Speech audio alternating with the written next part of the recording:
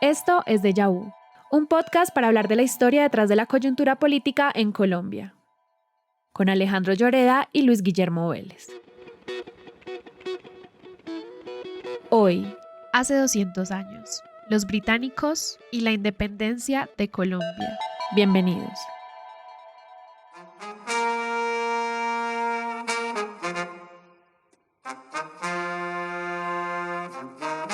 What if the possession of Spain might be rendered harmless in rival hands, harmless as regarded us, and valueless to the possessors? I resolved that if France had Spain, it should not be Spain with the Indies. I called the New World into existence to redress the balance of the old. Llamé al nuevo mundo a la existencia para restablecer el equilibrio del viejo. Es George Canning, el canciller del Reino Unido, en la Cámara de los Comunes el 12 de diciembre de 1826. Bienvenidos de vuelta a Déjà Vu, yo soy Alejandro Lloreda. Y yo soy Luis Guillermo Vélez, y quien acaba de leer este discurso del canciller Canning es otro George. Otro diplomático, George británico, es el embajador George Hodgson, que nos acompaña hoy. Sí, bienvenido, embajador, a nuestro podcast. Muchas gracias, y en una compañía muy ilustre. Muchas gracias. Muchas gracias, embajador.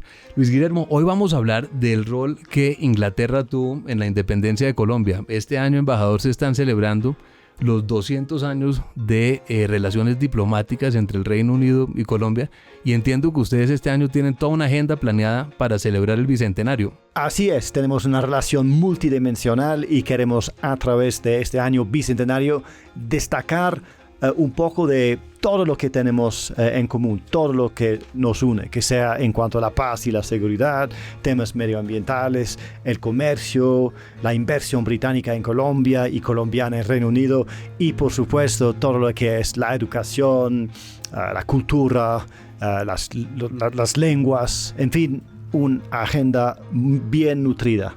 Embajador, bienvenido a nuestro podcast. Nuestro podcast es de historia y son 200 años de relaciones entre el Reino Unido y Colombia, y no vamos, Alejandro, a hablar de 200 años de todo lo que ha pasado, sino vamos a concentrarnos, embajador, en la parte, digamos, que es inicial, pero es tal vez no la más importante o la única importante, pero ciertamente definitiva para la existencia de lo que hoy es nuestro país, la República de Colombia, donde el Reino Unido, y es importante hacer énfasis en que es el Reino Unido, no solamente Inglaterra, sino todos los componentes del Reino Unido, los que son absolutamente críticos en tal vez las primeras 2 décadas de lo que vendría a ser la República de Colombia.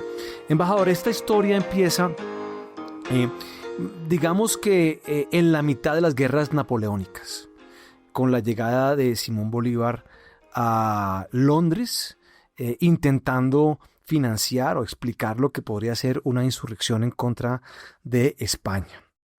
Así es, Bolívar llega a Londres en junio de 1810, enviado por la Junta de Caracas para buscar el apoyo del Reino Unido. Él va junto con Luis López Méndez, que se va a quedar en Londres como 10 años, como veremos ahorita, y con Andrés Bello, el gran intelectual, y ellos lo que quieren es buscar el apoyo del Reino Unido para que apoyen lo que eran las independencias en ese momento de Caracas y del resto de la América española. Pero en esa primera fase tienen poco éxito, porque en ese momento el Reino Unido estaba aliado a España en contra de Napoleón, y de hecho pues parte de la guerra napoleónica iba a ser peleada en tierra española. ¿Cómo era este entorno geopolítico, digamos, de mitad de las guerras napoleónicas y qué tan incómodo era la presencia de alguien como Bolívar en Inglaterra en ese momento? Pues creo que estamos en medio de una guerra fuerte, ¿no? Incluso una guerra de la existencia, porque Napoleón tenía una ambición, pues digamos, muy amplia, ¿no? Global, sí.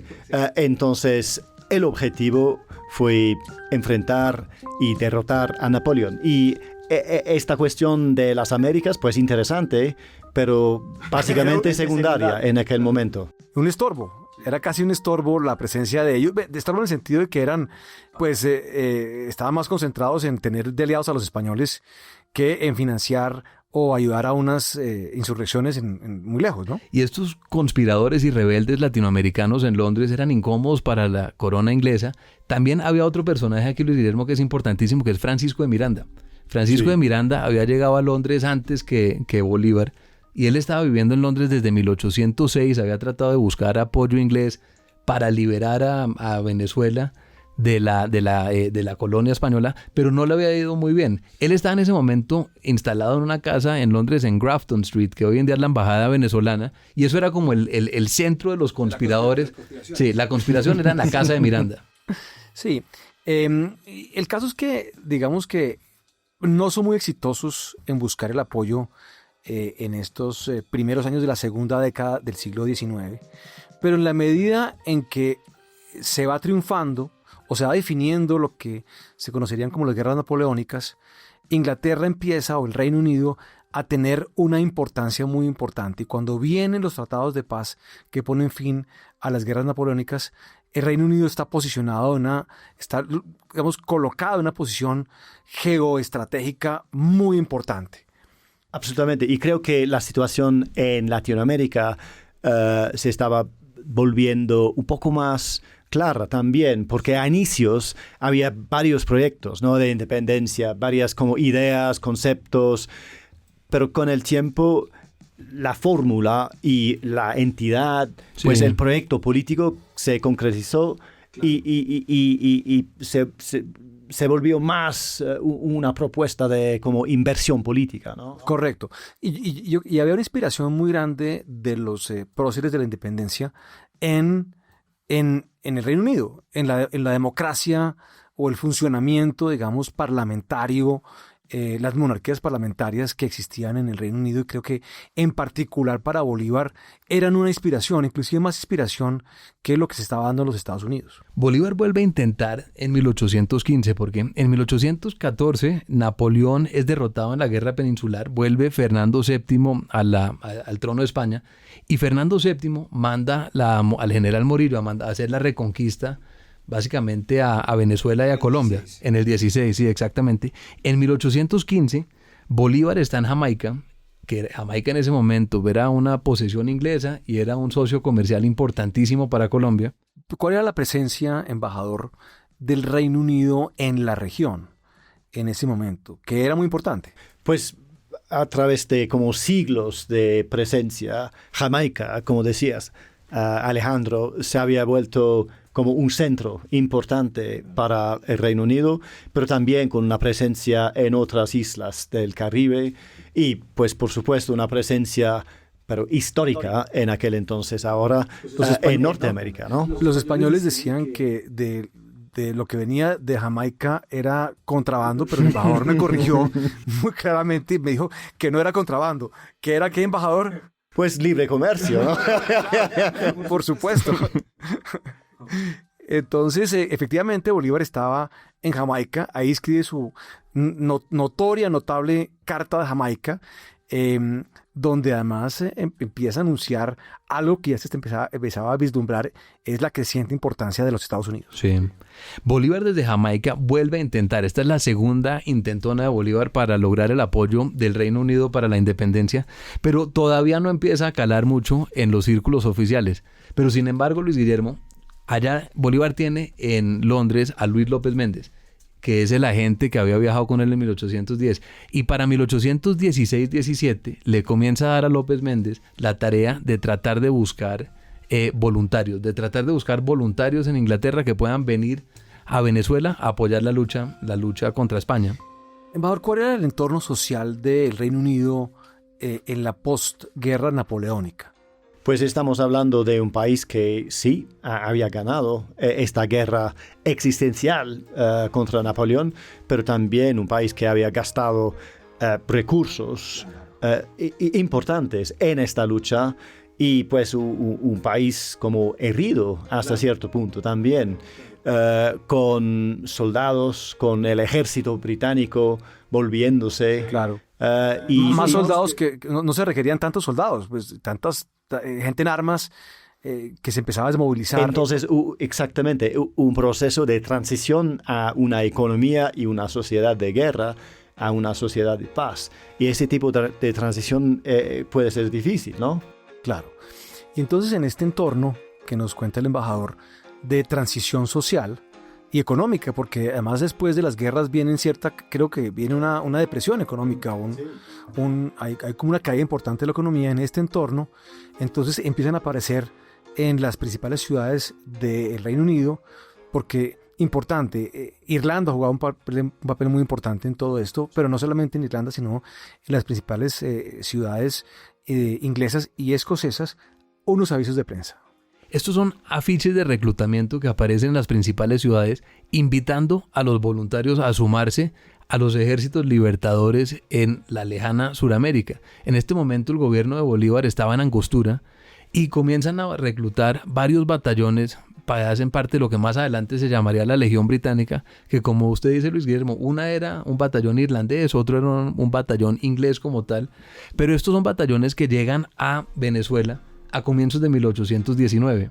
Sí, se cree que, uno pensaría, o se pensaba, que esto era pues básicamente batallones, fuerzas de mercenarios, o los españoles los llamaban así, ¿no? Yo creo que... pero propaganda española, Luis Guillermo. Propaganda española, exactamente. Sí. Aquí veo al embajador riéndose de las mentiras de los españoles, pérfidas mentiras de los españoles. Subrayando la importancia de la relación actual con nuestro buen amigo España. Es España, exactamente. Pero en aquel entonces sí, un periodo un poco complicado, ¿no? Claro, era más complicado. No, por supuesto. Esto, según unos estudios muy recientes, pues esto no era tan así. Esta gente que se estaba embarcando en esta expedición era muy variada. Embajador, cuéntenos un poco de estas personas que deciden formar parte de lo que se conocería después como la Legión Británica. Por lo que he leído, estamos hablando de un poco de todo, ¿no? Sí, unos soldados oficiales con una experiencia importante militar en la victoria contra Napoleón y su ejército, pero también aventureros, personas buscando oportunidad, buscando el sol, el buen clima, sí, las tierras fértiles, claro, del nuevo mundo. Claro.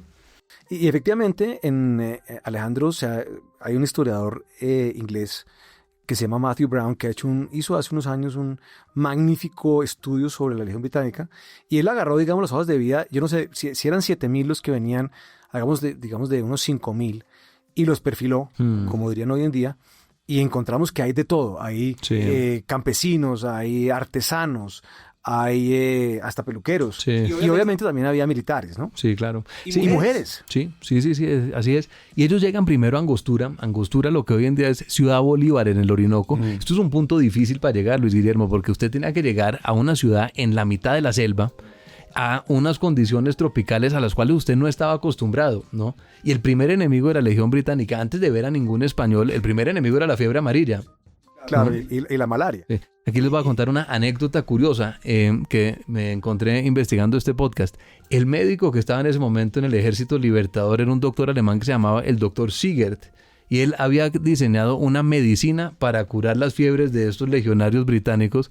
Y este doctor Sigert se inventó nada menos que los bitters de Angostura. Los que le echa uno a la ginebra, ¿o no, embajador? Sí, muy querido de la familia real y algo que transforma tu ginebra en una ginebra como un poco rosada, ¿no? Yo no sé si haya curado la fiebre, pero... Yo no creo que sirva mucho para curar la fiebre amarilla, pero por lo menos acabó siendo una industria muy importante, que son estos Angostura bitters. Pero a pesar de esta pócima mágica que se habían inventado los médicos, pues la verdad es que los miembros de la Legión tuvieron unas bajas muy importantes por enfermedades. En lo que vendría a ser ya 1819, que llegan estos barcos con la Legión irlandesa y la Legión pues británica o inglesa.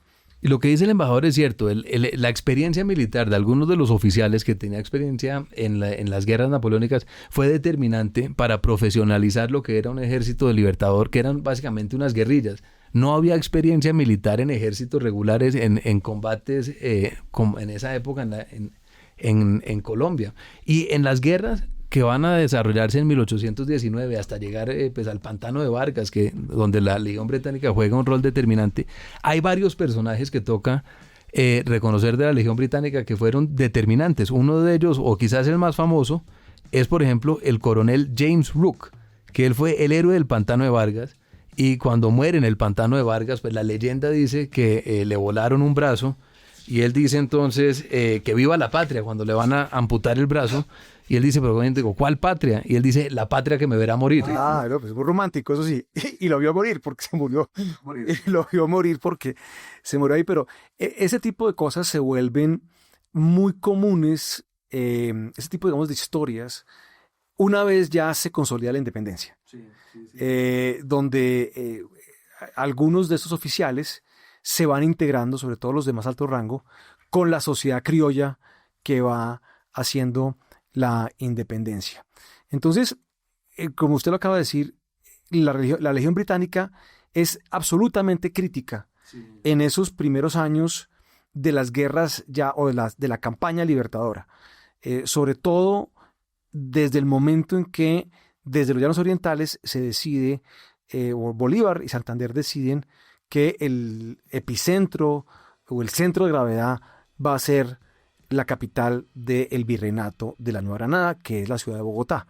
Entonces montan una expedición que es muy audaz y es pasar de los llanos subiendo por el páramo de Pisba y llegar acá al altiplano de Cundinamarca y Boyacá y llegar a Bogotá. Y en las batallas que se dan cuando se logra hacer el ascenso al páramo de Pisba, inclusive hay testimonios de la Legión Británica y de las mujeres de la Legión Británica, donde aparecen que hay partos de las compañeras de la Legión en el proceso de la subida al páramo de Pisba, que es algo que no se conoce mucho.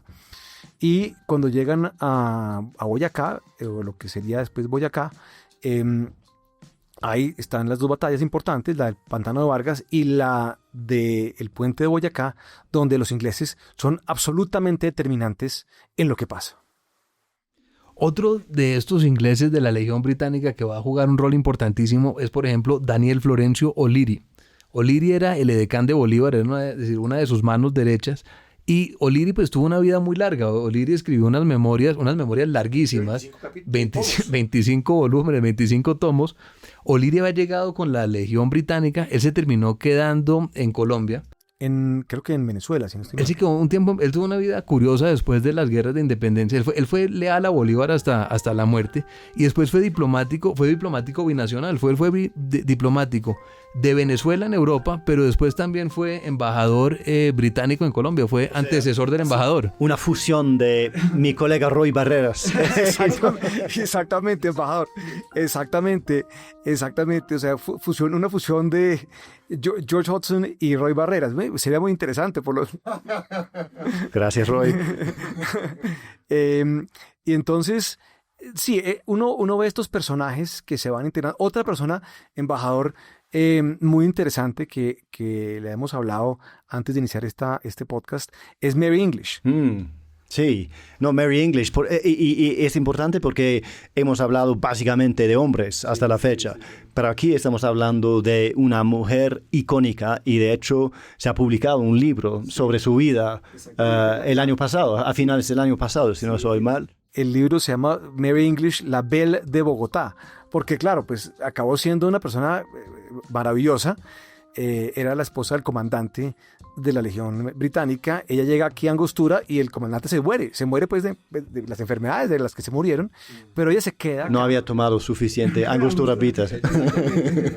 No suficiente, no estaba fortificado, no había tomado suficiente ginebra con Angostura Bitters, pero ella llega aquí a Bogotá y pues es una sensación en esta sociedad pues bastante conservadora, o sea, bastante, digamos, todavía confesional que había aquí en Colombia, y entonces ella es una sensación y ella acaba quedando acá en Colombia y muere después en Cúcuta. Sí. Cultivando cacao, ¿no? Cacao. Sí. Ella tiene una hacienda de cacao y yo hablaba con la autora de este libro, de Mary English, que además se consigue en este momento en las librerías, y me decía que ella fue a buscar la tumba de Mary English, pero hoy en día es un barrio de Cúcuta. Sí. Entonces no lo encontraron. Pues la hacienda es un barrio de Cúcuta. Otro de estos ingleses de la Legión le salvó la vida a Bolívar en la noche septembrina, en el atentado del 25 de septiembre de 1828. Esto fue el coronel William Ferguson, que era guardaespaldas de Bolívar, y hoy en día, Luis Guillermo, la Casa Militar de la Presidencia, es decir, la medalla de la Casa Militar de la Presidencia se llama la medalla Ferguson. Sí, eso es un fun fact. Interesante. Digamos que el rol del Reino Unido en esta etapa de la independencia es muy claro, pero no se queda ahí. Cuando ya el Imperio Español en América empieza realmente a derrumbarse completamente después de las victorias, pues obviamente la de Boyacá y las campañas de San Martín y de Bolívar en el resto del continente, viene un siguiente reto y es crear y constituir las naciones. Y ahí nuevamente el Reino Unido, y yo creo que aquí sí más bien Inglaterra, juega un papel absolutamente fundamental con la creación de estas nuevas naciones. Embajador, cuéntenos un poco de ese pedazo. Pues estamos en este periodo del punto de vista del Reino Unido posguerra napoleónica, ¿no? En donde España había sido un aliado frente a Francia y Napoleón. Entonces, el Reino Unido está en una posición un poco como dividida, ¿no? Porque tiene esta conexión con los valores, los ideales, el proyecto de Bolívar, pero al mismo tiempo tiene un aliado, España, en dificultad, intentando recuperar su posición en las Américas. Y entonces es una línea muy como delgada que tiene que caminar. Aquí es muy importante aclarar que la Legión Británica nunca fue una expedición oficial, nunca fue enviada por el gobierno británico, y de hecho el embajador español en la época se quejaba ante el gobierno británico que permitieran que ciudadanos ingleses, británicos se unieran a un ejército extranjero. Y de hecho les tocó pasar al gobierno inglés en 1819 una ley que se llamaba el British Foreign Enlistment Act of 1819, que impedía que los ciudadanos británicos se sumaran a ejércitos libertadores en América. Sí, porque España era un aliado. Ahora, sí hay un tema aquí importantísimo para resaltar, es un tema ideológico, donde había una identificación entre Bolívar y el régimen político, democrático del Reino Unido, y también el Reino Unido queriendo, digamos, expandir un poco ese tema, digamos, democrático. No lo quiero tampoco, vamos, magnificar, pero efectivamente había una cierta identidad frente a lo que era el gobierno, o más bien la monarquía absoluta que quería reimplementar nuevamente Fernando VII. Entonces sí había un tema aquí de una simpatía ideológica muy clara. Y con una visión de esa parte política, pero también una parte económica, ¿no? El libre comercio, y de verdad esta vez. Pero la oportunidad de crear conexiones y cambios con nuevos mercados. Sí, abrir nuevos mercados era fundamental, y acabar con el mercantilismo, pues, que existía entre los países europeos y sus colonias, y abrir el mercado internacional. Y esta era la época del romanticismo, es decir, en esta época usted tiene, por ejemplo, figuras como Lord Byron, que moriría pues más adelante en Grecia. Voy a decir, Lord Byron era también un devoto de Bolívar, había nombrado su yate como Bolívar, apoyaba la causa independentista, y la opinión pública en general apoyaba la causa independentista. Y un sobrino de Byron viene a la Legión, es miembro de la Legión Británica. O sea, esto es bastante cercano en ese sentido. Vamos a tomar una pequeña pausa. Cuando volvamos vamos a hablar de otro rol muy importante, y es la financiación de esa nueva República de Colombia. Colombia es el país más peligroso del mundo para ejercer el liderazgo ambiental, una lucha contra poderes intocables que no acaba con la muerte. En Ausencias, una miniserie documental de La Silla Vacía, seguiremos la batalla por el legado y la memoria de 3 líderes ambientales asesinados en los últimos años en Cauca, Antioquia y norte de Santander. Ausencias estará disponible en su plataforma de audio favorita. Entonces estamos ya llegando a Bogotá después de la batalla de Boyacá del 7 de agosto. Llega Bolívar a Bogotá, 1819, y se encuentra, Luis Guillermo, que la tesorería está absolutamente quebrada y financiar una guerra es muy costoso. ¿Qué hace un gobierno entonces para poder financiarse? Le toca irse a la capital financiera del mundo, que en ese momento era Londres. Sí, y mandan al vicepresidente Sea, que era un botánico, a que haga, digamos, una solicitud de un crédito no era la persona indicada desde el punto de vista, digamos, de habilidades mercantiles, claramente.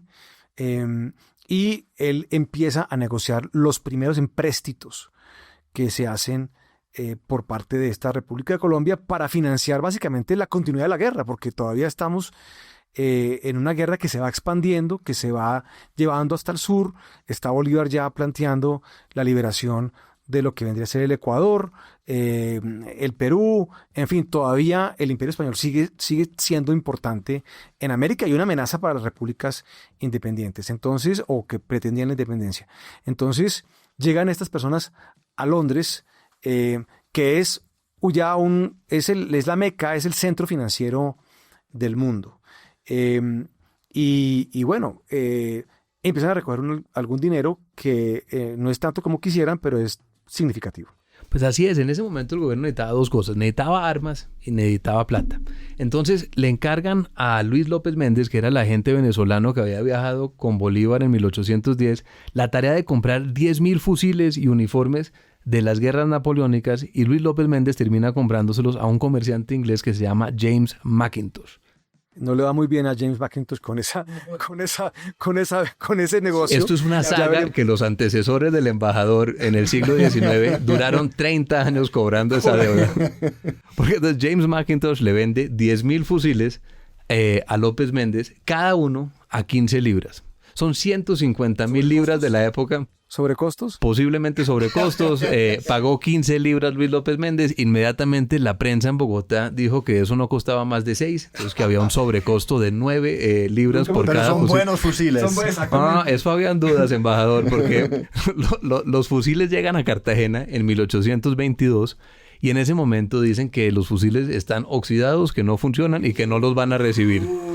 Entonces, un revés para el señor James Mackintosh, que le toca mandar a su hermano a viajar a Bogotá a convencer al gobierno que reciba los fusiles. ¿Y lo reciben? Lo reciben porque en ese momento, como dice usted, la guerra se está moviendo hacia el sur y el ejército libertador necesita armas. Entonces reciben los fusiles, le hacen un descuento y dicen, entonces bueno, usted mandó 13 buques para traer los fusiles, le compramos los buques también. Entonces la deuda sube como a 180.000 libras. Pero no le pagan porque no había plata. Entonces le firman unos pagarés, unas notas de pago, unos debentures, y el señor Mackintosh vuelve a Londres y dice, bueno, tan pronto termine la guerra, seguramente me pagan mis fusiles. ¿Cuándo le pagaron, embajador? ¿Cuándo le acabaron pagando? Varios años después, creo, ¿no? Estamos hablando de 30 años, si no más. Esto se volvió después de la independencia, Luis Guillermo. O sea, se llamó el asunto Mackintosh.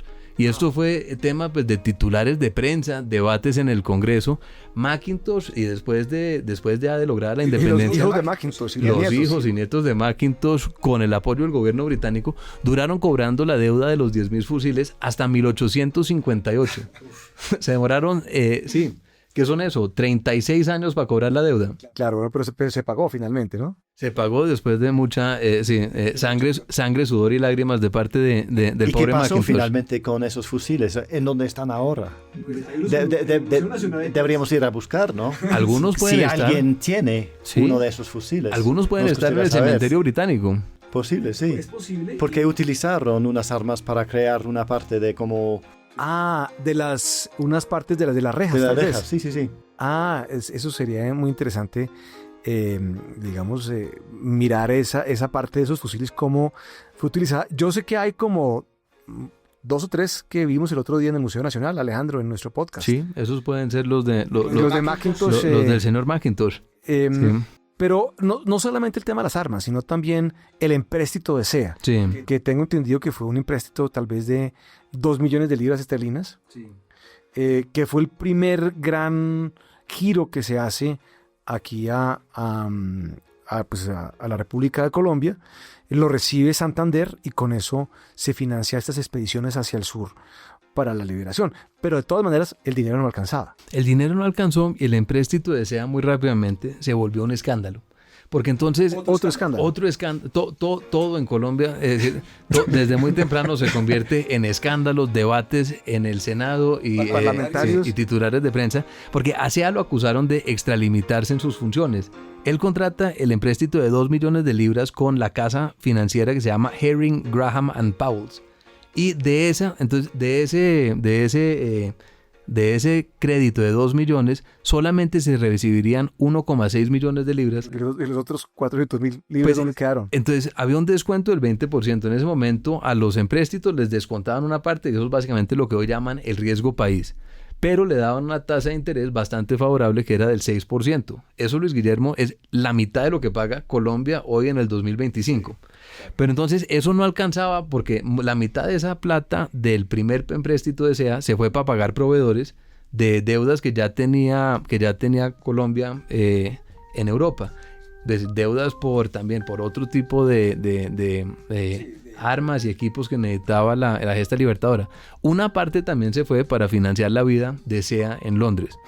¿Cómo era eso? Entonces lo acusaron de quedarse con 60.000 libras. ¿Y qué compró con ese dinero? Un carruaje embajador de primera. Es decir, un carruaje que haría orgulloso a cualquier colombiano. Un duque, o sea, el duque de... El Rolls Royce de la época. El Rolls Royce de la época. O sea, el duque de Devonshire no andaba en un carruaje igual. No, señor, no. Él era el antecesor del hoy embajador Roy Barreras, pero Roy es mucho más austero, mucho más modesto que SEA.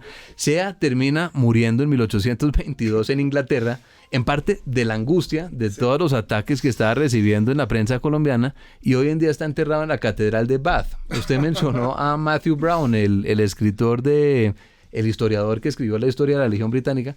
Él ha tratado de encontrar la tumba de SEA en Bath. No lo he encontrado todavía, pero se reputa que está en Bath. Se reputa que está en Bath.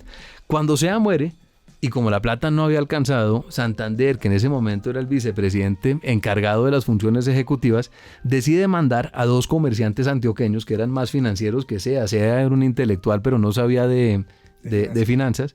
Y entonces manda a Francisco Montoya y a Manuel Arrubla a negociar otro empréstito. A los paisas. Exactamente. Usted ya cuando está... Manda a los paisas a que hagan un buen negocio, por lo menos. El que sabe, sabe. Sí. Entonces los manda a buscar un préstamo por 4.750.000 libras que negocian en abril de 1824 con un banco que se llama la Casa B.A. Goldschmidt & Company. Sí. Este es un empréstito que está en unas mejores condiciones. Claro, entonces el señor Goldschmidt... veo un buen negocio, pero el señor Rothschild, a quien también le ofrecen la posibilidad de que le preste a las nacientes repúblicas de Colombia, dice, no toco eso ni de lejos. Rothschild no se metió en esto, le buscaron financiamiento con Rothschild. Rothschild dijo, no, ahí sí, por allá no voy. Por allá no voy. Pero Goldschmidt & Co. sí le hizo un préstamo muy grande, porque Colombia no era la única nación latinoamericana que estaba buscando deuda en Londres en ese momento. México estaba en lo mismo, Perú también, y había como una burbuja de crédito especulativo latinoamericano en Londres en la época. Es la primera crisis de deuda latinoamericana, sucede en la década de 1820 en Londres. Una pregunta, ¿existe en este momento el Banco Rothschild en Londres? ¿Existe el Banco Goldschmidt? Es una buena pregunta. Rothschild sigue firme, Goldschmidt no tanto. No tanto. Es que creo que Goldschmidt no sobrevivió la debacle de la deuda latinoamericana. No, Goldschmidt quebró en 1826 y eso fue un problema gigantesco para el segundo empréstito, porque los financieros que envió Santander decidieron dejar parte del empréstito consignado en la casa Goldschmidt para uso más adelante. Entonces Colombia perdió en la quiebra del banco Goldschmidt 600.000 libras del primer empréstito, y eso también fue un problema financiero para la República, porque entonces habían perdido parte de su primer préstamo, o más bien de su segundo préstamo, claro, porque el primero era el de SEA, y esto es una deuda que termina siendo dividida entre las 3 repúblicas, Colombia, Ecuador y Venezuela, en 1830, y que Colombia no terminaría de pagar. ¿Adivina hasta cuándo, Luis Guillermo, embajador? Yo les dejo especular sobre eso, ¿no? Bueno, esto no se demoró 30 años. Esto se demoró casi 100. Es decir, Colombia termina... 80 años. Sí, Colombia termina volviendo a acceder a los mercados de capital internacionales solamente en el siglo XX. Es decir, parte de la pobreza fiscal de Colombia en el siglo XIX es el hecho de que no tenía acceso a crédito externo. Sí, porque no pagó. No solamente como diríamos en Colombia, se embolató el crédito, este empréstito de Goldschmidt porque se quebró esta casa, sino que vino realmente, esta crisis de deuda generó una crisis financiera internacional muy seria. Y entonces pues el trauma de esa pérdida quedó ahí y el crédito no se recuperó sino hasta muchísimo tiempo después.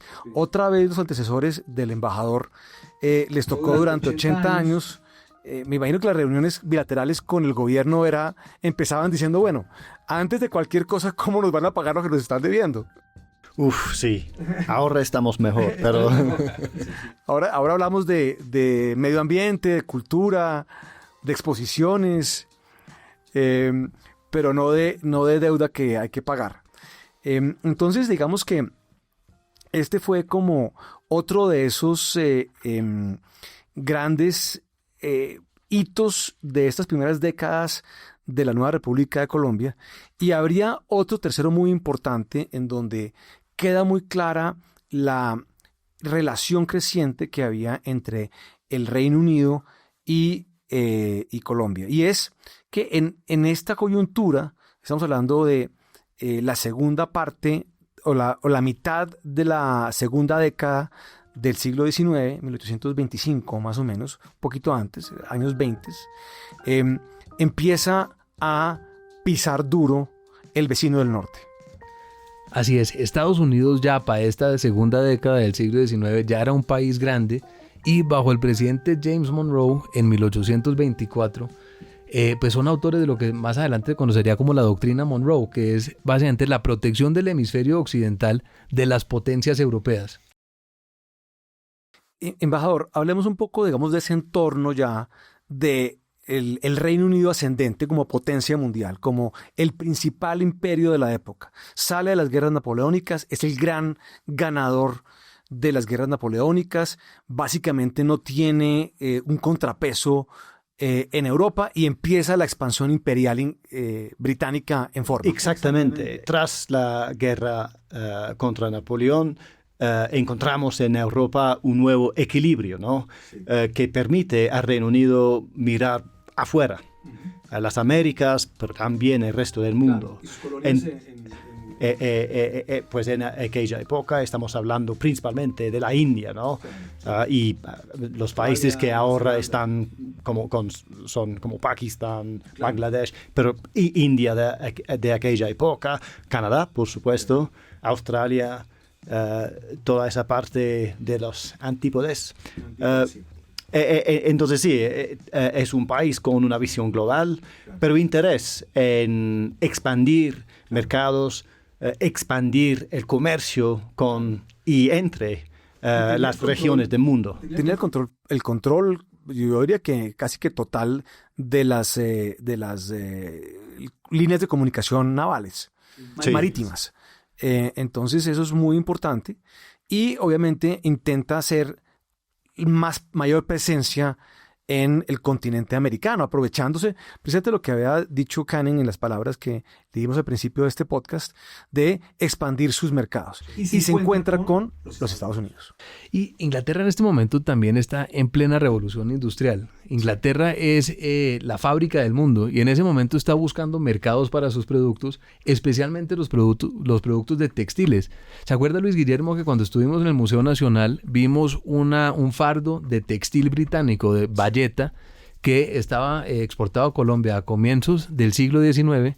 Esto era uno de los intereses principales del Reino Unido, era buscar mercados y consumidores para sus productos. Y parte de lo que hace el Tratado de Amistad, y ya vamos a llegar a ese tema, es abrir el mercado colombiano y abrir el mercado británico para bienes colombianos.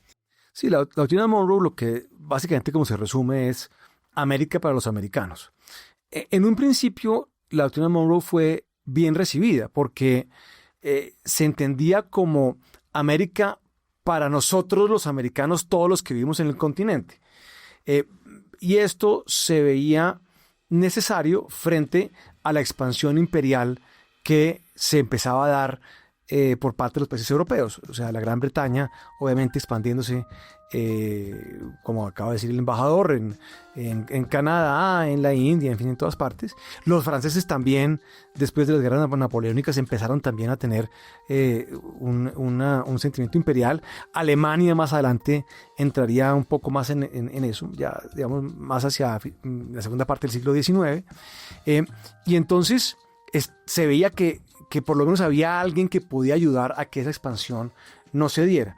Después la doctrina Monroe tuvo como otro entendimiento, como otra lectura, y esa no era tan bonita, porque esa sí es América para los americanos, es decir, para nosotros los de Estados Unidos. Los norteamericanos. Los norteamericanos.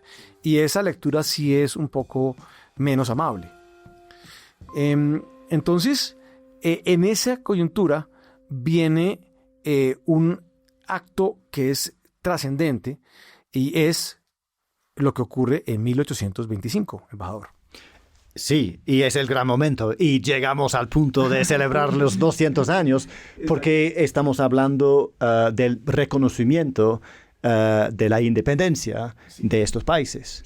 Por primera vez por un país europeo. Esto era muy importante porque para Colombia lograr el reconocimiento de una potencia europea y sobre todo del Reino Unido, esto garantizaba es decir, hacía que la independencia sea irreversible. Ya no había ninguna posibilidad de una retoma española, que militarmente ya, de hecho, ya no la había, pero el reconocimiento europeo era un tema importantísimo para Colombia. De hecho, hay un libro de Daniel Gutiérrez Ardila, historiador que es amigo de este podcast, ya estaba acá dos veces, sobre el reconocimiento de Colombia en Europa desde estas primeras 2 décadas. Y así llegamos entonces al tratado entre Colombia y la Gran Bretaña. Se llama el Tratado de Amistad, Comercio y Navegación, que es firmado el 18 de abril de 1825, exactamente hace 2 siglos. Sí, es trascendente por lo que usted anota, Alejandro. Y esto realmente ya garantiza la solidez completa de esta independencia, por lo menos de lo que vendría a ser después la República de Colombia. Y desde ese entonces para acá, Colombia ha tenido una gran deferencia y una gran admiración por un chiste que todavía digamos, un comentario que todavía se cuenta, se contaba mucho hace unos años, y es que las clases, diferentes clases sociales en Colombia tenían diferentes émulos y la gente decía, mire, la clase popular quisiera ser mexicana, la clase media quisiera ser norteamericana y la clase alta inglesa. Entonces, pues, la de Bogotá por lo menos. Y los intelectuales franceses. Y los intelectuales franceses, exactamente. Pero digamos que ese chiste, como todos estos simplificados, pues obviamente puede sonar un poco ridículo. Lo cierto es que también refleja el grandísimo aprecio que hay en el país, en su clase dirigente, obviamente en el embajador Roy Barreras, por parte de los colombianos del Reino Unido y todo lo que representa. Sí, y yo creo que las palabras que utilizaron en ese documento, ese tratado fundamental, siguen siendo muy, muy aptas, ¿no? Porque Bolívar y Canning hablaron de una perpetua, firme y sincera amistad entre la República y pueblo de Colombia y el Reino Unido, básicamente. Y es lo que estamos celebrando este año. Así es, embajador, muchas gracias por acompañarnos en este podcast y en esta, digamos que, una especie como de coloquio de lo que fue los primeros años de la relación entre el Reino Unido y lo que vendría a ser nuestro país, la República de Colombia. Así es, la realidad es que la independencia colombiana difícilmente se puede haber imaginado que hubiera sucedido como sucedió sin el apoyo del Reino Unido. Por todo lo que hemos hablado, el acceso al financiamiento, Colombia no tenía otra opción para buscar financiamiento salvo los mercados de capital británicos. La Legión Británica fue la única legión extranjera que apoyó a Colombia decisivamente. Es decir, la inspiración también ideológica, política, que es muy importante. O sea, yo creo que eso no se puede minimizar. sí. Los próceres de la independencia y los gestores de la independencia tenían como referencia Inglaterra. Sobre todo el libertador Simón Bolívar en algún momento quiso pues montar una especie como de sistema parlamentario parecido, con él obviamente monarca, ¿no? Ese era el problema. Monárquica, sí. Pero sí había una admiración muy grande y una idea de emular políticamente al Reino Unido y creo que hay unos elementos muy significativos para celebrar estos 200 años de relación bilateral entre Colombia y el Reino Unido. Embajador, muchísimas gracias por acompañarnos. Pues gracias y un placer celebrar este hito tan importante con ustedes dos. Muchas gracias, embajador. Muchas gracias, embajador. Déjà Vu es un producto de La Silla Podcast. Grabado en los estudios de La Silla Vacía. Escrito y dirigido por Luis Guillermo Vélez y Alejandro Lloreda. Producido y mezclado por Fernando Cruz y la coordinación de Tatiana Duque. Cada 15 días, un nuevo episodio en su plataforma preferida. Gracias por escuchar.